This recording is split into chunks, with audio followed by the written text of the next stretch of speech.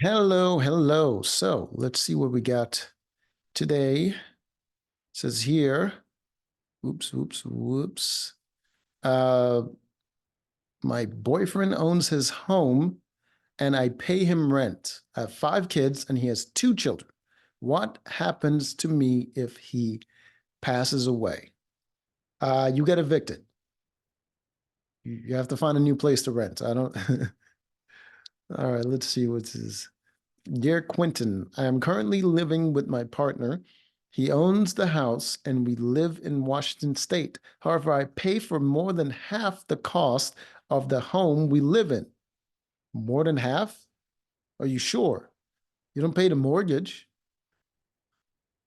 Like, we have separate bank accounts. I have five children and he has two. I would like to know how to proceed given that I am 14 years older than him.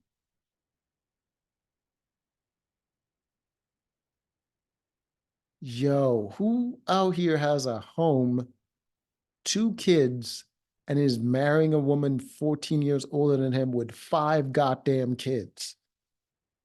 That dude has to have, I don't know, maybe autism, or maybe he's just a run of the mill loser. But that just sounds terrible. Or maybe she just has a lot of money and he he needs someone to help him pay his bills. I want to have a plan in place in case one of us passes away. Well, more than likely it's going to be you. Dear unmarried, you're his partner and a renter. That's the short and blunt answer. The longer answer is you should, by all means, expect the best and prepare for the worst. Well, she's already prepared for the worst. She doesn't own the home, so she doesn't have to worry about that. She just find another place to rent with her kids. She doesn't have to take care of his kids. That is, if your partner passes away and he leaves his house to his two children, or if you split up and you need to find another place to live. As I told this man, even if your partner sells his house, you have no vested interest in the equity, whether you have been together for 5 years or 50 years. Mixing a relationship with renting is tricky. What if your boyfriend earns twice your salary, say 100,000 versus 50,000? Is it still fair to pay half his mortgage? Not unless you're married, or you're gonna be like on the goddamn on the paperwork. Or would it be more equitable for you to pay $1,000 a month versus 2,000? And if you were paying him 2,000, but the going rate for a room to rent in your neighborhood is close to 1,500. My point is that a relationship can skew the finances both ways, but it can also help you. You can get a discount and you can get way more than what you pay for with a house, because the person that's responsible for fixing the house and paying for all that stuff is your boyfriend. So like you get all that stuff free. You know what I mean? So there is an advantage to it. There's way more of an advantage. And you get someone like if you were just renting a place, your landlord is not going to watch your kids, but now you got a boyfriend that can do that. You know what I mean? So there's way more benefits. Like you can end up paying more because you are sharing a home and a life together, but you still have no stake in the property equity. You don't need it. You really don't need it. You have a better deal, and it's not the best deal you can get out of him, but you do have a better deal, right? Than if you were by yourself. So it's not that bad. Unless you want to have his house, and that's your issue. You want to be own his home if he dies, um, or you could end up paying less or only contributing to the grocery bills and utilities because you both decide that you have a future together and you're in it to win it. Options for unmarried couples. So, what could you do? Your partner could leave you his home as a life estate. What? Why the hell would he do that? He has two kids. Two kids, and he probably had an ex-wife or baby mama or something. Like, That way you get to live there for the remainder of your life, and upon your end, ownership of the whole house transfers to his two children. Or he could leave his house to his children, which would mean you would stay under their grace or favor, or more likely, you would have to move out. Washington State, for what it's worth, does not recognize common law marriages. Even if you have been living together for over 10 years or several decades, you do not have the same right as a legal married couple. Which, thank God.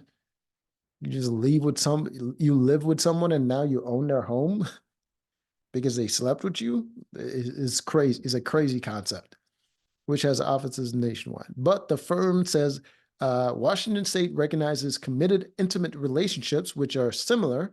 The requirements include the length of relationship, ongoing cohabitation, the reason for the relationship, and intent of those involved, whether you pooled your resources, and more big obliquely, whether you perform joint services to better the relationship.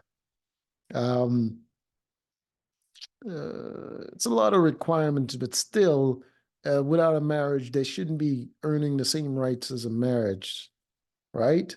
Because otherwise, he could just put her name on the paperwork, or he could just put it on. They can both write a will and take care of that. If that's the concern, just write a will, discuss it with each other, write a will, right? No marriage needed, just write a will. The most common issues that arise, because it's starting to seem like she wants to own his home without his consent, because you could just get the will and you would have his consent. And it seems like she wants it to be sneaky, where she doesn't want to have the conversation. She just want to be secured in case something happens.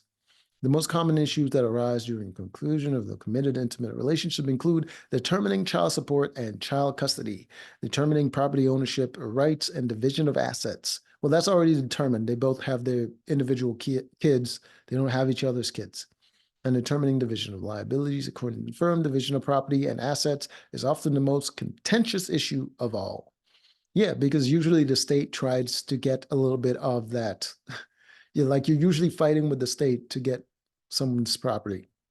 Especially what I learned recently, well, like if you live in the UK, the freaking government takes like what is like 55% of your inheritance and your property. Like, God, that is insane. No wonder a lot of people get married out there.